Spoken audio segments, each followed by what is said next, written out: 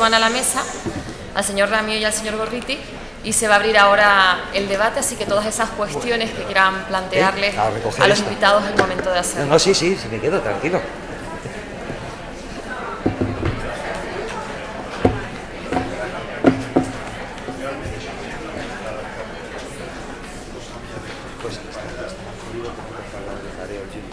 Vaya.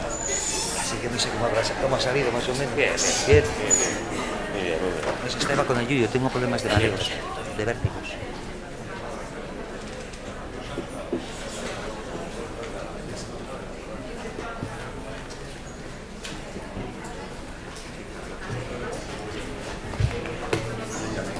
¿Moderador? No sé. ¿Qué hago yo? ¿Os ha gustado la película? ¿Te toca a ti? Sí, hombre, sí. Es un desarrollo clásico. ¿Quién hace de moderador? Cuando quieran, pueden levantar la mano y se les acercará un micro para que se les pueda escuchar con claridad.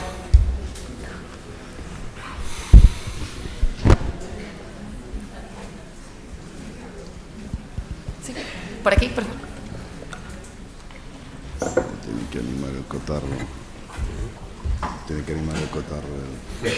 Hola, buenas tardes. Tengo dos preguntas para Jorge Fondevila, pero bueno, me gustaría que cualquiera que pueda responder, que responda a estas preguntas. Una es el tema de que las pruebas orales se graben, pues es un tema que llevo tiempo cuestionándome en la selección de personal de policías con las entrevistas, porque ya incluso nos están llevando a veces a los tribunales porque dicen que no se les ha hecho la entrevista. Quería preguntar si en este caso habría que dar algún documento por escrito de que va a ser grabado, o informarles o preguntarles y si es optativo. Esa es una de las preguntas. Y la segunda es en relación a los cursos selectivos, si hay algún apartado de alguna legislación que se podría utilizar para justificarlo, porque me parece un sistema muy útil para poder profundizar en él en relación a las nuevas selecciones de personal. ¿Qué argumentario legislativo se podría dar a una administración local para poder plantear esto como un proyecto futuro de selección? Gracias. Buenas, vamos a ver, pues claramente, en cuanto a la entrevista y la autorización, entiendo dos premisas aquí a este respecto. Creo que es perfectamente legal y lo que debería hacerse es incluir, a mi juicio, en las bases de convocatoria del proceso selectivo la indicación de que se va a celebrar la entrevista y que se va a grabar, que es lo determinante. Si estuviéramos en un proceso selectivo que las bases de convocatoria no se hubieran recogido, ahí sí que sería necesario, indudablemente, obtener la autorización individualizada de cada uno de las personas que van a ser objeto de grabación. ¿Qué ocurre si uno de ellos se niega?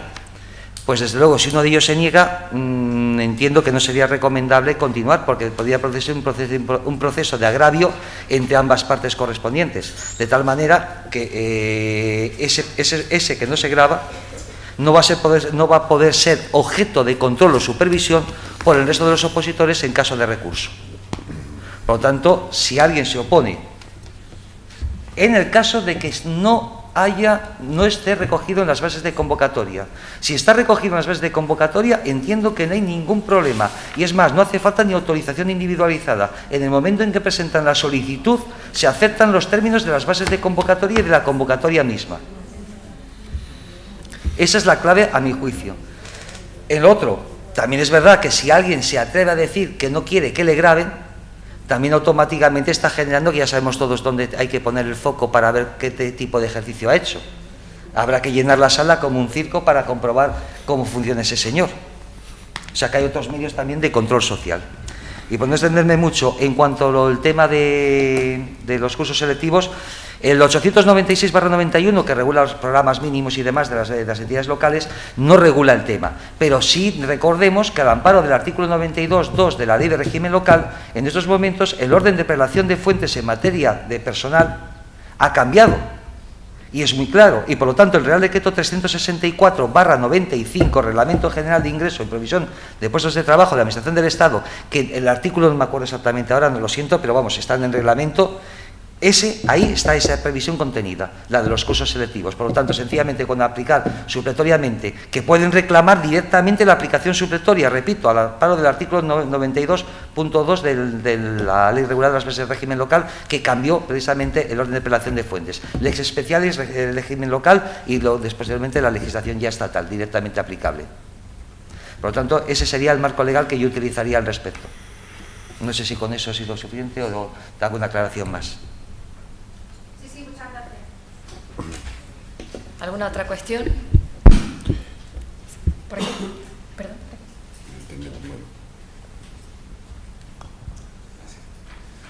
Hemos hablado aquí hablado ustedes de selección, de los distintos sistemas de selección y también de análisis de puestos de trabajo.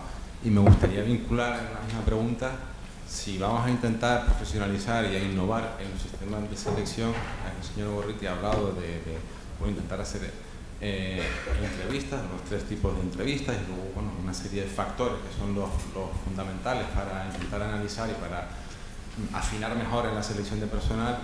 ¿Qué tipo de puestos de trabajo habría que tener en las administraciones para hacer ese trabajo mejor? Si psicólogos, si técnicos en estadística, si técnicos de organización para analizar previamente los puestos de trabajo. Un poco es, o sea, qué personas, qué puestos hacen falta para hacer mejor ese trabajo de selección.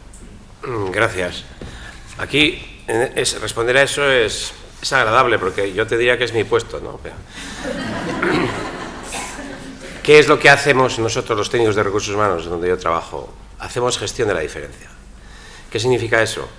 Analizamos distintos comportamientos y predecimos que la gente hará de modo distinto. ¿Eso qué significa también? Primero sabemos cuáles son los comportamientos que queremos predecir, por lo tanto hacemos análisis de puestos. Analizar los puestos es preguntar a las personas cómo hacen lo que deben de hacer. Por lo tanto, significa que lo que deben de hacer ya se lo tenían que haber dicho, no se lo tienen que inventar. Ellos o ellas inventan cómo traspasan la responsabilidad que asumen a ejecuciones eficaces.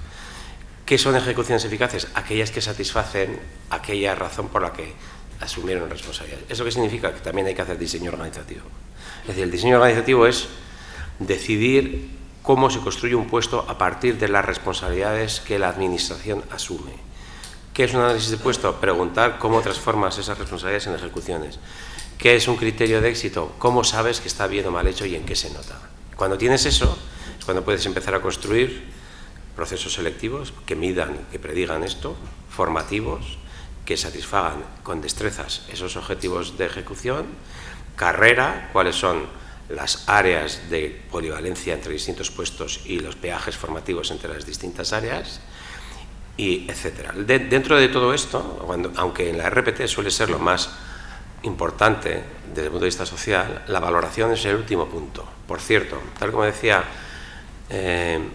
Carles, y también ha hablado Jorge, referente a que el tema de la valoración está hecho en los zorros, pues sinceramente creo que hay un aspecto muy importante que solventaría muchos de los problemas que ocurren con la valoración, y es hacer una parte variable en función de los desempeños constatados y evaluados de forma relevante y fiable, porque entonces liberaría muchos de los procesos de negociación a procesos que serían más productivos en tanto en cuanto a la gente se le reconociera determinadas formas de proceder.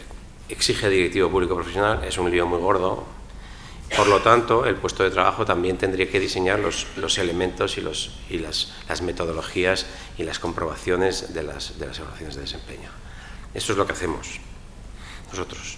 Esos puestos son necesarios. En cuanto al estadístico, yo creo que un técnico de recursos humanos hoy por hoy, recién licenciado en Psicología del Trabajo de las Organizaciones, tiene los estadísticos básicos para ello. Tampoco hace falta grandes cosas.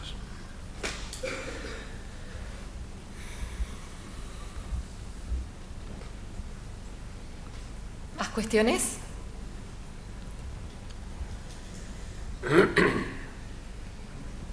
Buenas tardes. Una cuestión práctica que se me está dando en algunas ocasiones es la solicitud por parte de algún aspirante de copia de los exámenes, bien de casos prácticos, bien de pruebas de conocimiento, del resto de los opositores. ¿Cuál es su opinión al respecto? Lo he dicho antes y me ratifico, y además es que ahora no las tengo aquí a mano. Hay varias sentencias Las he recogido, es que, bueno, no he venido a hablar de mi libro, pero tengo que hablar de mi libro, del último, porque ahí sí las he recogido. Hay sentencias del Tribunal Supremo que lo que dice claramente es de que el acceso al expediente es integral, íntegro, y por lo tanto los ejercicios de otros opositores, por supuesto que tienen derecho al acceso al mismo, porque son de los elementos comparativos necesarios y que al amparo de ellos cuando se puede formular el escrito de demanda o el escrito de recurso correspondiente. El no tener el acceso a los ejercicios supone una cercenación de sus derechos. Es lo que puedo indicarle. Además, son sentencias del 2016, 2016 y 2017. Hay una sentencia reciente del Supremo que creo que dice lo contrario, ¿no? Por eso pues lo siento, pero la desconozco. Y otra europea. Sí, europea, sí. ¿Sí? Europea que dice que no se puede acceder por información del resto de candidatos. Sí. ¿Pero cuál? ¿La del Tribunal de Justicia de la Unión Europea? ¿Hablamos? Hay una reciente europea que dice lo contrario, que no se debe dar la copia del examen al resto de opositores. Vamos a ver, una copia, vamos a ver, es que esa sentencia a mí me suena, la que me está diciendo el Tribunal de Justicia Europea, pero yo no la he entendido como entendéis vosotros. Lo que he entendido es que dice que no hay que dar el documento, pero que sí tener acceso a él, que es diferente. Una cosa es obtener una copia y otra cosa es el acceso. Yo estoy hablando de que solicitan la copia del examen de los restos de aspirantes. Ah, no, la copia, yo no hablo en ningún momento de copia, perdón, discúlpeme, que es culpa mía que lo he entendido mal. Yo hablo de acceso. Acceso para que tú puedas... No necesariamente. Vuelvo a repetir, la sentencia esa que me dice el Tribunal de Justicia Europea, yo no la conozco. ¿Es de un caso español, además? De Irlanda, sí. ¿Pero desde un caso español? No, es Irlanda, creo. Yo no me la he leído, Jorge, pero creo que... Es que a mí me suena, pero bueno, lo pongo en cuarentena. De todas maneras, lo que sí me puedo ratificar, aparte de una cosa, lo que diga el Tribunal de Justicia de la Unión Europea también, ojo, no hay que olvidar una cosa. Lo que dice el Tribunal de Justicia de la Unión Europea, que lo estamos ya pontificando permanentemente, cada tribunal después tiene que determinar cómo aplica la doctrina emanada por parte de ese tribunal, conforme a las normas del ordenamiento interno. La prueba lo tenemos. El Tribunal de Justicia Europea no dijo que hubiera funcionarios indefinidos interinos, pero nuestros tribunales se lo han inventado. El Tribunal de Justicia de la Unión Europea lo que sí declara expresamente es, señores, tienen que adoptar medidas que sirvan de represión para evitar que se repitan las situaciones de encadenamiento de nombramientos interinos y demás. Si el Estado nacional acredita que ha adoptado esas medidas, esas situaciones no pueden ser reconocidas y crear la situación de reconocimiento de la misma. Es decir, no hay supuesto fáctico para hablar de indefinidos no fijos. Ha llegado aquí el tribunal y lo ha aplicado de otra manera. Lo que sí puedo reiterar y me mantengo es que mientras yo no vea manifestación contraria de tribunales españoles, sentencias de 2016 y 2017, Tribunal Supremo, Sala de lo Contencioso, dicen que tener acceso y copia del expediente, incluidos los ejercicios, es posible y que además si no es una cercenación de derechos. Miraré de todas maneras esa sentencia que me dice Europea, es que a mí me suena, pero yo creo que era primero algo de copia. Hace poco, de muy poco. 20 días por ahí, ¿no? Más o menos. Ah, más, o un mes más. Bueno, es lo que la puedo decir, o sea, no puedo ir más allá.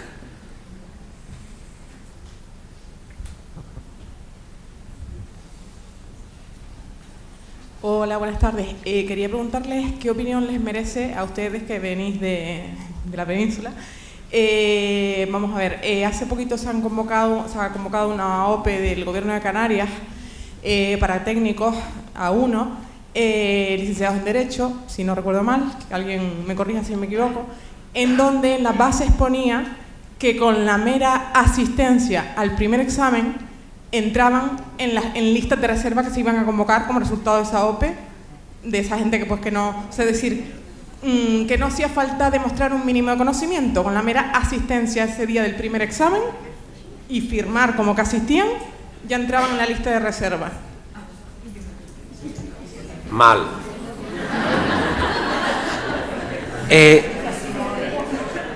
O muy mal.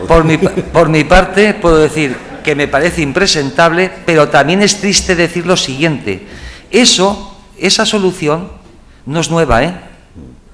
Esa solución no es nueva. Esa solución se le hicieron para los interinos pata negra, llamados así, del magisterio en Asturias. Esa solución también se ha utilizado en las plazas de magisterio de Castilla y León. Y se ha intentado también hacer en la de Cantabria, el anterior gobierno. Ahora, como llevamos paralizados sin oferta de magisterio 3 años, pues este gobierno ahí no ha tomado una decisión al respecto, pero el anterior ya lo intentó hacer. Esa fórmula viene heredada del ámbito de magisterio. O sea, no es ningún invento. Y, por desgracia, en el caso asturiano, se impugnó ante la jurisdicción contenciosa y el TSJ de Asturias dijo que era perfectamente legal. Sinceramente, cuando hablaba de los problemas de selección, pues también me planteé algunas veces los sistemas de provisión en algunos órganos jurisdiccionales, porque algunas resoluciones, desde luego, resultan realmente sorprendentes. Me parece muy mal, pero bueno. No, a mí esto me parece pues muy mal. Lo que pasa que, ya que aprovecho que tengo la palabra, tengo una pregunta, porque la lógica quiere buscar soluciones y creo que hemos inquietado mucho al personal.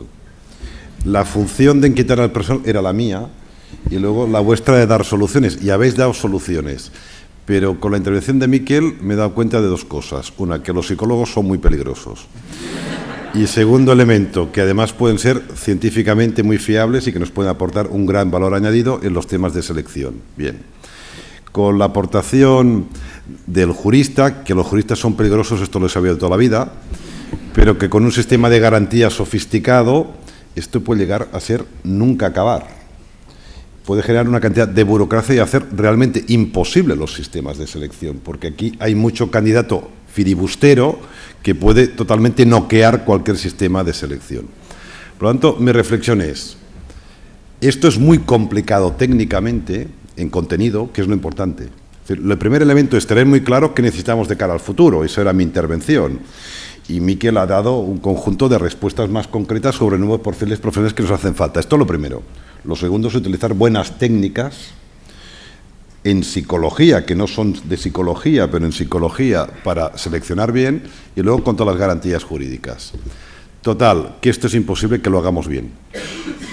Es totalmente imposible. Un ayuntamiento no lo puede hacer bien, incluso ni una comunidad autónoma, incluso ni la AGE.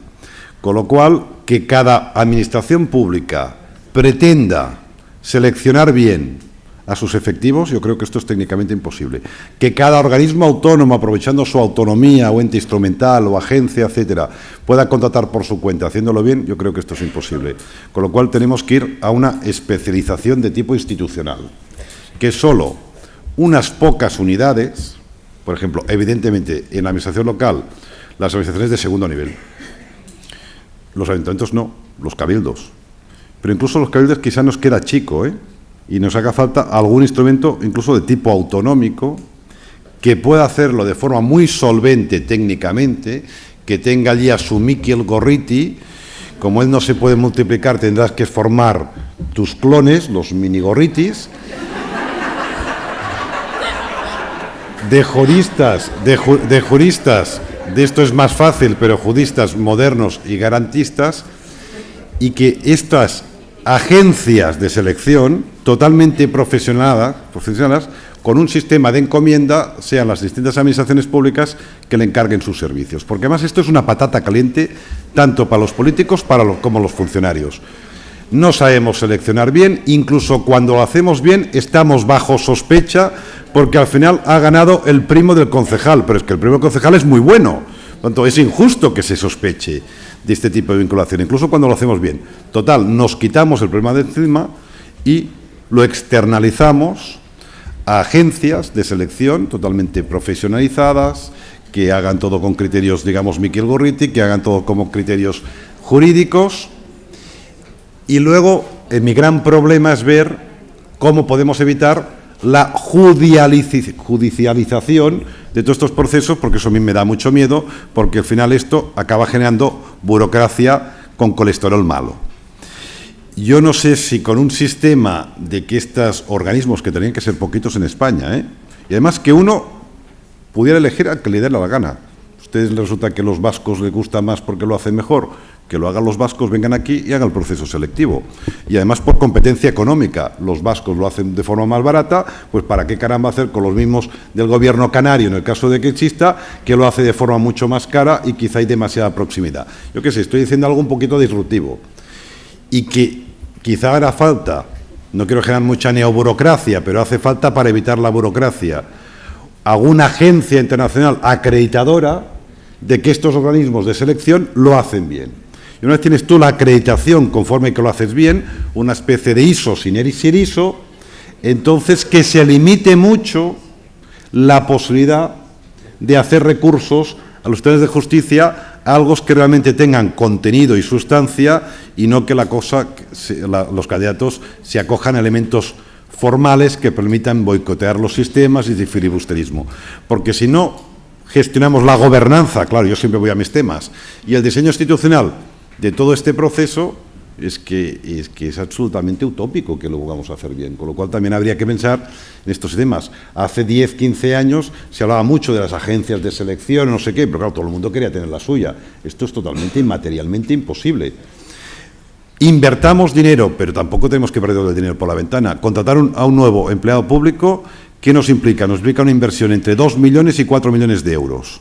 Cuando un ayuntamiento hace un proyecto público de 2 millones o 4 millones de euros, ¿a qué hace análisis? ¿A qué se lo estudia? Pues resulta que cada vez que contratamos de esta forma alegre, que uno entra por no sé qué, solo porque se ha presentado un examen y se acaba quedando de por vida, resulta que estamos comprometiendo una inversión entre 2 millones y 4 millones de euros. Seleccionamos algo equivocado y nos estamos equivocando de mucho dinero, por lo cual hay que invertir dinero en esta materia. Pero hay que meterlo de forma especializada y con economías de escala y de una forma racional. No creo que nadie pierda autonomía porque sea una agencia independiente que le haga esta selección, porque la autonomía reside en que yo quiero este perfil. Y aunque el perfil sea equivocado, la agencia le va a contratar en función de este perfil. Esta es la clave de tener la capacidad de decisión y de autonomía. Y luego la agencia ya lo hará de forma profesional.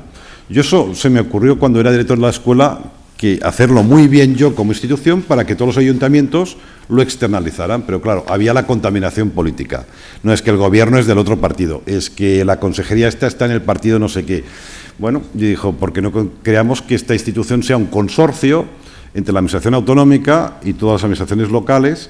Y luego, evidentemente, los tribunales tienen que ser totalmente independientes y totalmente ajenos de cualquier tipo de influencia política y corporativa. Porque mucho cuidado con el tema de la especialización absoluta, porque luego hace entrar en lógicas de carácter corporativo. Bueno, son algunas reflexiones que lanzo. Una pregunta al hilo de lo que estaba hablando. A ver si en alguna de las comunidades de donde vienen ustedes se ha dado el caso. Nosotros aquí últimamente hemos estado en procesos selectivos de policía, el Ayuntamiento de Mogán, Agüimes, Ingenio, Las Palmas, Guía y Moya. Y no sé si se me queda alguno. De policía local, cada uno convoca sus plazas y resulta que los que se presentan son los mismos, porque son los que están estudiando. Si existe alguna forma de agrupar todas esas convocatorias en una para evitarnos el desgaste que supone para cada una de las administraciones, es decir, cuanto más grande es, más personal tiene, pero cuanto más pequeña eres, menos personal tiene y más recursos le tienes que dedicar. Abaratar y evitar a los opositores, que ya le digo, yo que he estado en varios, son los mismos, ya casi son familiares, los conoce, de evitar esa forma, igual que cuando hacemos listas de reserva, hace listas de reserva un ayuntamiento, de técnica de administración general, la hace otro, terminan presentando exactamente los mismos. Y si hay alguna experiencia en las comunidades de ustedes de convocatoria conjunta, tanto de listas de reserva como de funcionarios de carrera. Sí, nosotros en la Comunidad Autónoma Vasca hay lo que se llama procesos unificados. Digamos, se hacen convocatorias de policía local a distintos ayuntamientos, se van todos a la vez a un proceso selectivo que es común, puesto que el cuerpo de policía local en principio tiene, digamos, procesos que son muy parecidos, ¿no?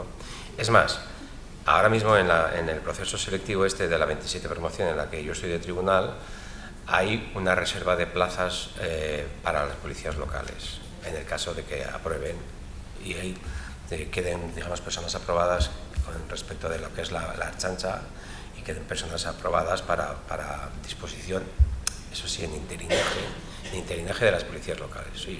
Pero existe una convocatoria unificada, sí. Yo la visión jurídica del tema, de lo que conozco, sé que además es un tema determinante lo que diga la Ley de Coordinación de Policías Locales. Por lo tanto, no sé, la de Canarias no lo sé. Sí que puedo decir que, por ejemplo, en Valencia también están haciendo convocatorias así entre varios ayuntamientos, pero porque lo permite la Ley de Coordinación de Policías Locales valenciana. Y me suena, ya no me atrevo a decirlo del todo seguro, que creo que también la de Andalucía, creo que también o han firmado algún convenio o algo están haciendo también a ese respecto. Desde luego yo creo que el tema pasa lógicamente por lo que determine salvo la firma de un convenio entre las entidades locales y demás, pero el instrumento más adecuado desde luego sería incluso recomendable, en la línea de lo que acaba de comentar precisamente Carles, la necesidad de que los procesos se descentralicen, se centralicen y que se utilicen, lo que además coincidimos totalmente, órganos especializados. Cuando órganos me refiero a entidades especializadas y que además les van a evitar repeticiones de pruebas, el coste económico mucho más reducido, economías de escala en todos los sentidos y sobre todo, de verdad, contra más alejados estén de la cercanía de los miembros del tribunal y del sitio donde se va a celebrar, muchísimo mejor. Pero vamos, yo creo que el tema, en su caso, lo más razonable, vamos, claro, eso ya depende, es un tema ya político de alta posibilidad, pero incluso por vía reglamentaria, modificar las normas marco de policía local. Tendrán normas, sí, lo prevé las normas marco. Pues entonces, por vía de las normas marco.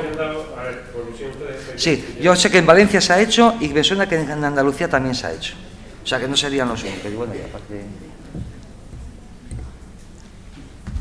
¿Alguna duda, pregunta más? Ya. Buenas tardes. Mi pregunta va dirigida a cualquiera de los ponentes. Si me contestan los tres ponentes, pues mejor. Mi pregunta va dirigida porque durante la exposición que han hecho me ha resultado un tanto negativa la imagen que se ha dado de los sindicatos. Aquí estamos presentes hoy bastantes compañeros de sindicatos de las administraciones públicas, de ayuntamientos y de cabildos, y nosotros entendemos, o por lo menos así lo quiero manifestar yo, que soy delegada sindical, que nuestro papel es fundamental en las administraciones públicas y por eso estamos hoy aquí, porque queremos formarnos en los recursos humanos. Entonces, mi pregunta es, ¿qué opinan ustedes y cuál debe ser el papel de los sindicatos en la administración pública del futuro? Gracias.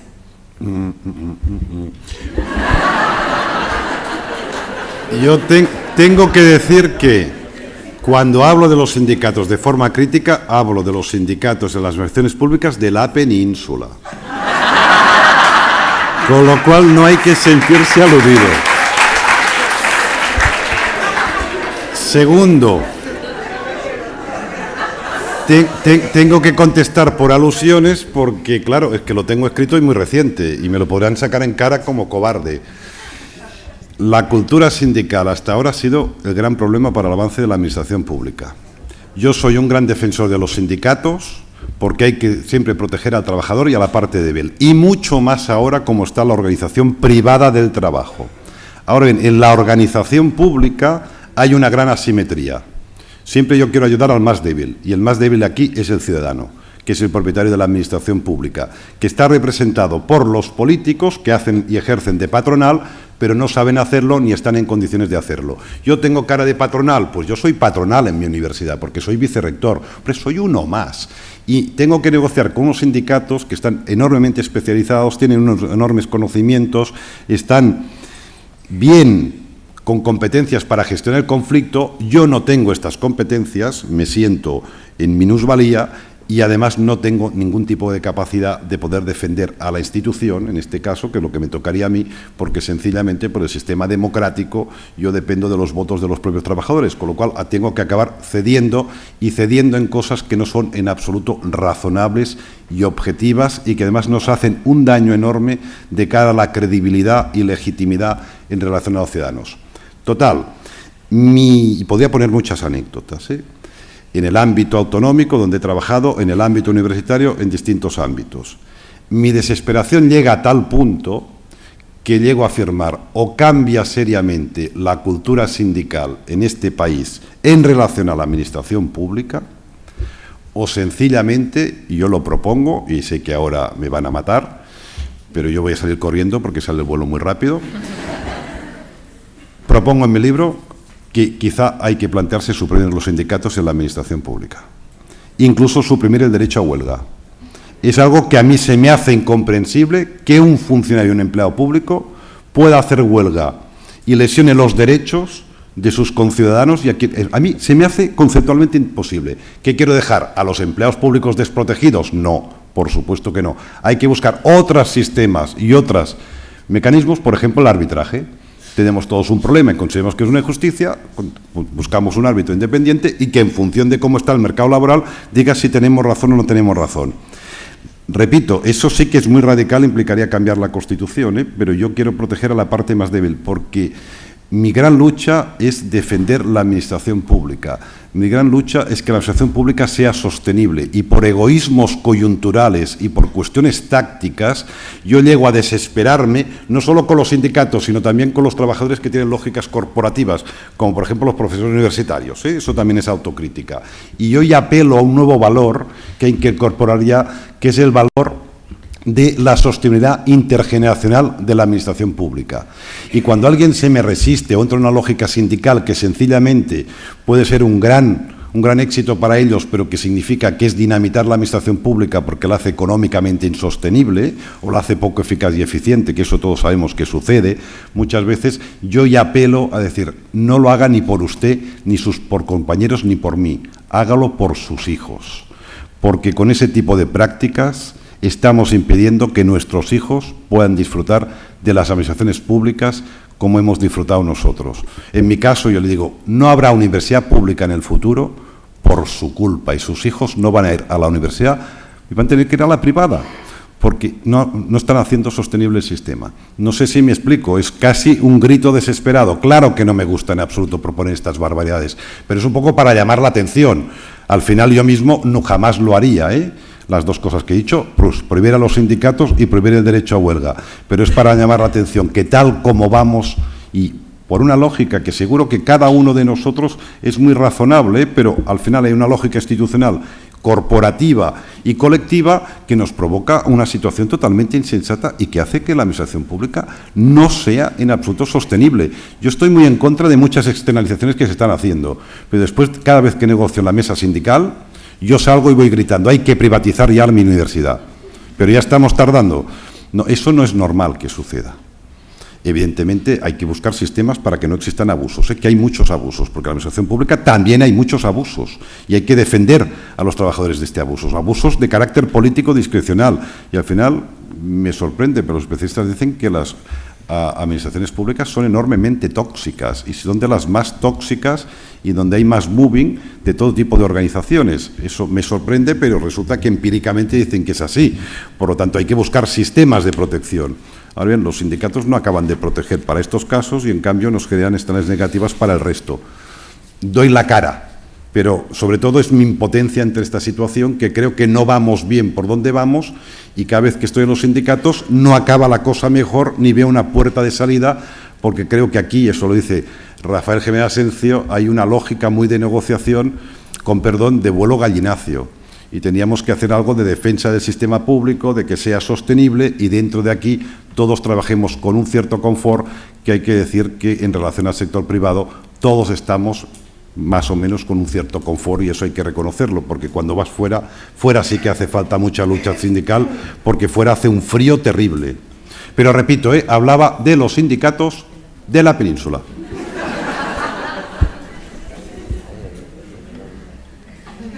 Bueno, como he sido otro de los críticos tal, yo no sé si tanto de la península en mi caso, pero bueno, yo haré un comentario general. En mi caso se da una cosa muy clara, para que quede clara mi postura. Critico un modo de actuación, no los sindicatos. Y es tan claro esto como que soy miembro de la ejecutiva de un sindicato. Y además soy fundador de esa organización sindical. Con lo cual, y además delegado sindical en mi administración. Con lo cual, fíjese hasta qué nivel de implicación tengo en el ámbito.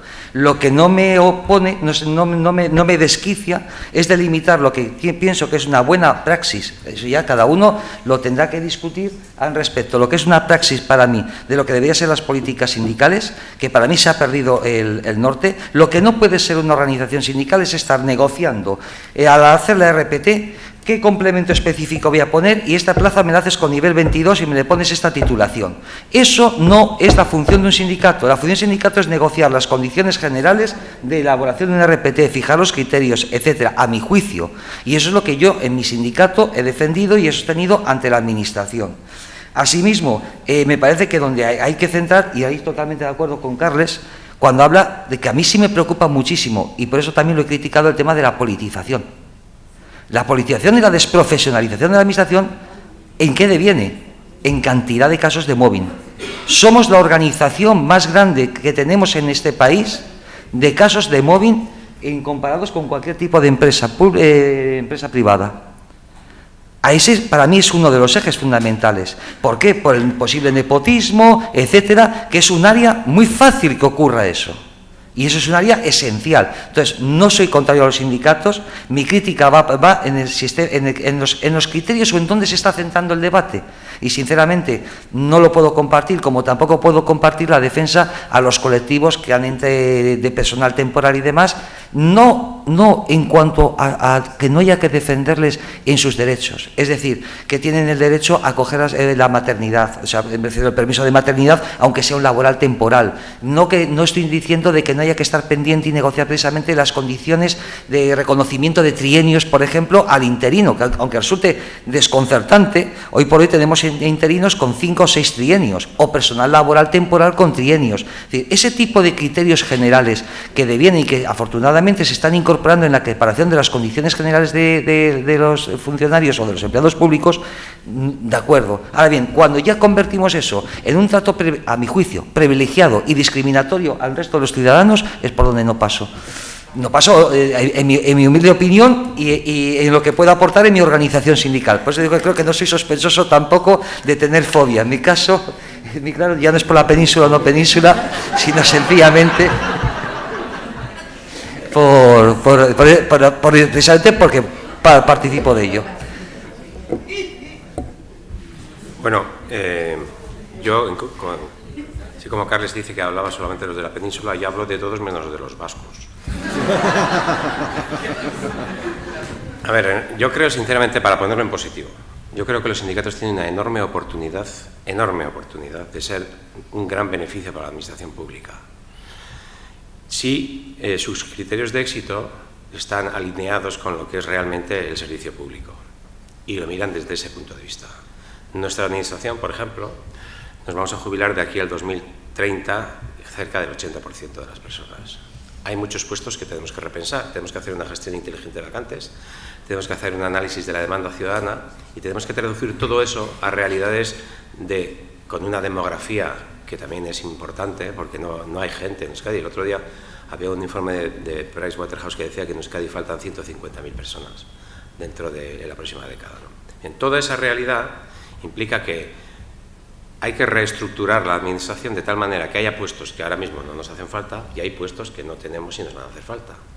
El proceso racional de construcción y el proceso racional de quitar debería ser un proceso participado con los sindicatos. Ellos deberían ser capaces de reconocer los criterios y los procedimientos a partir de los cuales hay puestos que deben de estar y puestos que no deben de estar.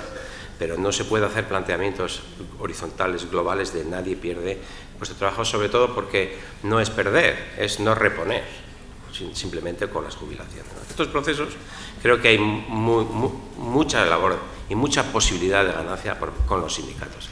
Yo tengo experiencias, ahora sí hablo de ellos, tengo experiencias positivas. Yo he explicado el procedimiento por el cual íbamos a hacer la gestión del conocimiento, de cómo quedarnos con el conocimiento de los que se van, lo han apoyado.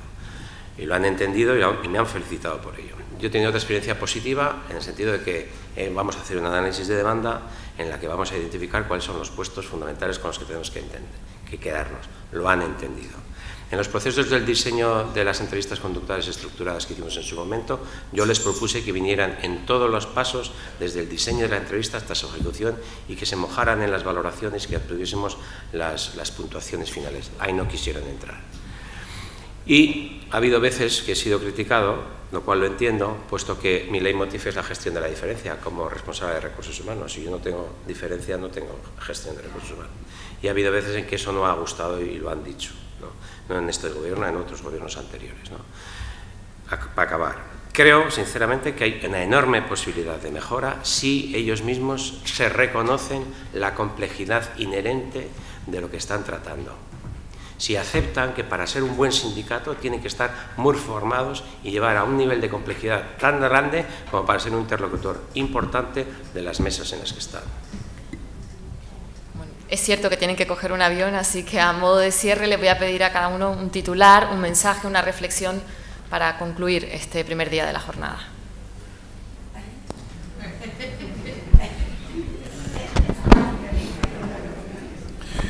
Bueno, pensemos en el entorno y a partir de aquí diseñemos la administración pública que nos hace falta, porque todo el resto ya no tiene ningún tipo de sentido, y eso no lo hemos hecho casi nunca, o lo hacemos de forma reactiva, y creo que un cierto análisis de prospectiva, una cierta inteligencia en nosotros mismos, creo que es el atributo básico para poder ser sostenibles y mantenernos como un actor relevante en este contexto, digamos, complejo de gobernanza que antes relaté. Bueno, yo creo que, lo hemos dicho por activa y por pasiva, pero creo que la que viene es de tal calibre que tenemos que estar preparados. Y viene desde el punto de vista de que nos vamos a descapitalizar, de que vamos a ser muchos menos, tenemos que hacer gestión inteligente de vacantes, y solamente desde los puestos que necesitemos podremos diseñar procesos selectivos que técnicamente son factibles. Pero no están solos. La idea que ha planteado Carles de que sea un planteamiento institucional para dar servicio a los ayuntamientos es muy importante. Por mi parte, creo que el tema determinante es, efectivamente, se nos viene un gran problema encima, pero estamos más o menos en el límite para plantearnos la planificación estratégica. Es el eje básico. Hay que planificar, hay que determinar un eje concreto de actuaciones de reforma de la Administración, aunque suene muy raro, un pacto de Estado. Hace falta un pacto de Estado de reforma del empleo público. Yo creo que esa es la clave. Y en tanto en cuanto se produce el pacto de Estado, por favor, no hagamos más dislates en la selección. Tenemos herramientas, creo que lo hemos hablado, y yo creo que el mensaje está en que hay algunas herramientas ya operativas. El sistema, como bien decía Carles, lo permite adoptar ya muchas decisiones. Por lo tanto, no hagamos demasiado destrozo. Intentemos, con estas herramientas que tenemos, prudencia, sentido común y poco a poco evitar no pisar demasiados huevos. De la expresión, pero sería ello. Y sobre todo, pacto de Estado, hace falta replantear la Administración en su integridad. Y gracias.